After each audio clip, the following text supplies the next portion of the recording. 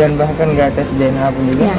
akan, kalau memang ya terbukti nanti pastilah bertanggung jawab.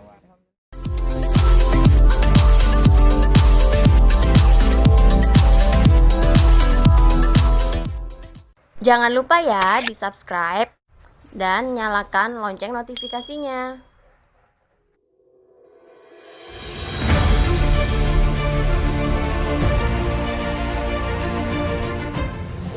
Ada memang di mana suatu kondisi si suami meragukan daripada anaknya, bisa jadi itu anak kandungnya atau anak orang lain. Di lain hal saya ingin menyampaikan bahwa bisa jadi ada pengingkaran tersendiri gitu terhadap anaknya. Cuman kan kita memang nggak tahu ya apa yang terjadi. Dalam hal ini saya hanya menyampaikan pembahasan dari sudut pandang Islam. Apabila seorang ayah mengingkari anaknya, ya dia meragukan daripada status anaknya itu anak kandung atau anak orang lain, maka ada proses li'an di situ. Apa itu li'an? Li'an itu adalah berasal dari kata la'ana yang artinya laknat dari suami kepada istrinya. Nah, karena istrinya telah dituduh berzina. Nah, permasalahan yang seperti ini apabila seorang muslim maka diselesaikan di pengadilan agama.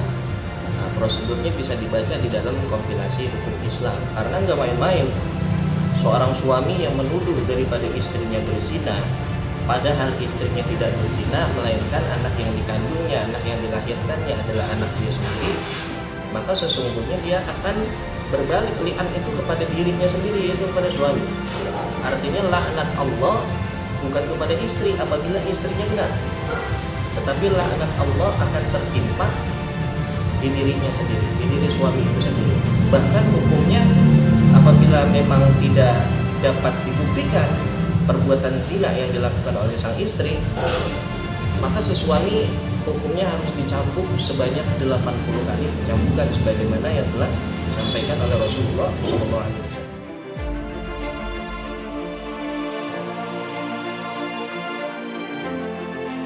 Artinya begini, li'an itu memang suatu proses menuju ke perceraian sebenarnya. Di pengadilan agama juga hakim akan meminta beberapa orang saksi. Biasanya kurang lebih ada 4 orang saksi yang dihadirkan di situ, karena li'an memang konsekuensinya adalah cerainya itu adalah talak bain kubro, di mana seorang istri tidak bisa kembali lagi dengan suami kecuali istri tersebut apabila ingin menikah dengan suaminya, maka dia harus menikah dengan orang lain untuk menghalalkan daripada hubungan tersebut yang dinamakan muhalil. Jadi prosedurnya dijelaskan di dalam kompilasi hukum Islam.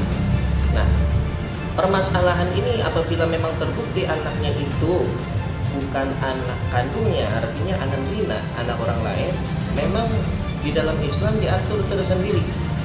Rasulullah katakan waladuz zina la yansabu li abihi wa innama yansabu li ummihi. Artinya anak zina itu tidak bernasab kepada ayahnya, tidak berketurunan kepada ayahnya, tetapi berketurunan kepada ibunya. Konsekuensinya apalagi dari hal ini? Konsekuensinya adalah adanya hubungan perdata yang mana jika dia anak zina, anak di luar perkawinan, tidak memiliki hubungan keperdataan, tidak dapat mewarisi daripada ayahnya, tapi hanya bisa mewarisi kepada ibunya atau keluarga ibu.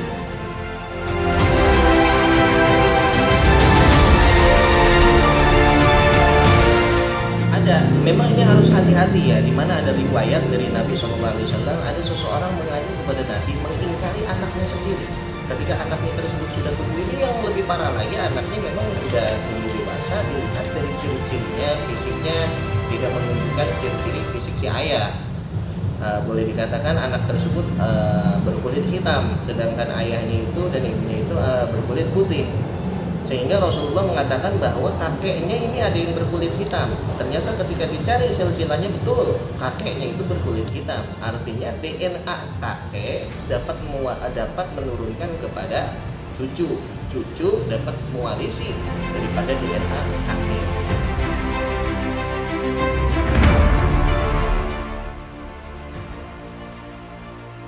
Ya, sebenarnya tidak boleh ketika si istri sedang hamil kemudian diceraikan. Artinya harus ada apa, kepastian dulu gitu, ada kepastian, dilihat anaknya dulu, karena memang tidak boleh menceraikan istri dalam keadaan hamil.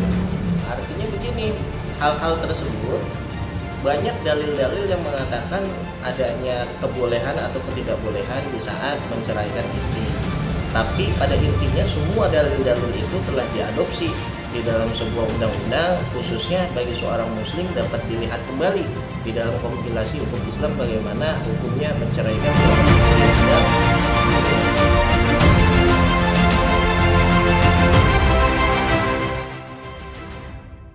Saran dari kedua belah pihaknya lagi, bagi suami maupun istri harus sama-sama saling jujur. Jangan ada yang ditutup-tutupi, karena nggak baik. Udah mau melangsungkan pernikahan aja kita harus ini kan, ketika ta'aruf tuh harus memang jujur terbuka, apalagi udah nikah. Nah, dikatakan oleh Nabi, iyakum wal kadhiba fa innal kadhiba yahdi ilal fujur wa innal fujura yahdi ilan nar. Hati-hati kalian, jauhilah kalian daripada perbuatan bohong, karena sesungguhnya perbuatan bohong itu mengantarkan kepada perbuatan tercela, dan sesungguhnya perbuatan tercela itu dekat dengan api nerakanya Allah Subhanahu wa taala. Inna sidqa yahdi ilal birri wa innal birra yahdi ilal jannah.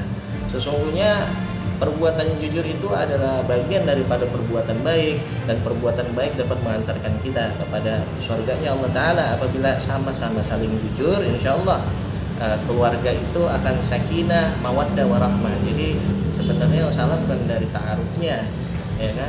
Yang salah bukan dari ta'arufnya, namun tata cara metode pembinaan rumah tangganya. Apabila dia ingin mendapatkan sakinah, mawaddah, warahmah, itu dia kuncinya. Dia harus jujur, dia harus terbuka semaksimal mungkin, dan juga hindari daripada sifat saling membohongi gitu. Karena sifat saling membohongi itu ketidakterbukaan akan menggiring dia pada suatu kehancuran gitu. Masukan saya sih terutama dengan si Rizky, karena Rizky ini dia kan sebagai kepala keluarga. Dikatakan oleh Nabi, kullukum ra'in wa kullukum mas'ulun an ra'iyati. Tiap dari kalian adalah pemimpin, dan setiap pemimpin akan diminta daripada pertanggungjawabannya, terutama kepala keluarga akan diminta pertanggungjawabannya. Ku anfusakum wa ahlikum nara wa quduhan nas wal hijarah, kan begitu. Disuruh jaga kita nih, keluarga kita.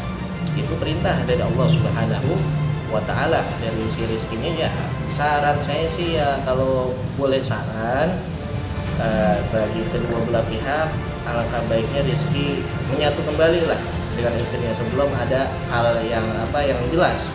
Dan siapa istrinya?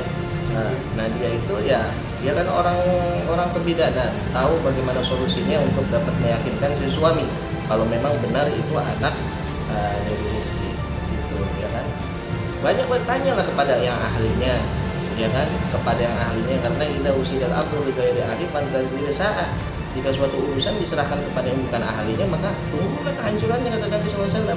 Untuk membuktikan ini anaknya atau bukan, kan itu kan ada di pihak daripada ilmu kesehatan, ilmu kebidanan. Nah, nanti juga kan bisa dites DNA juga, ditanya ke ranah itu.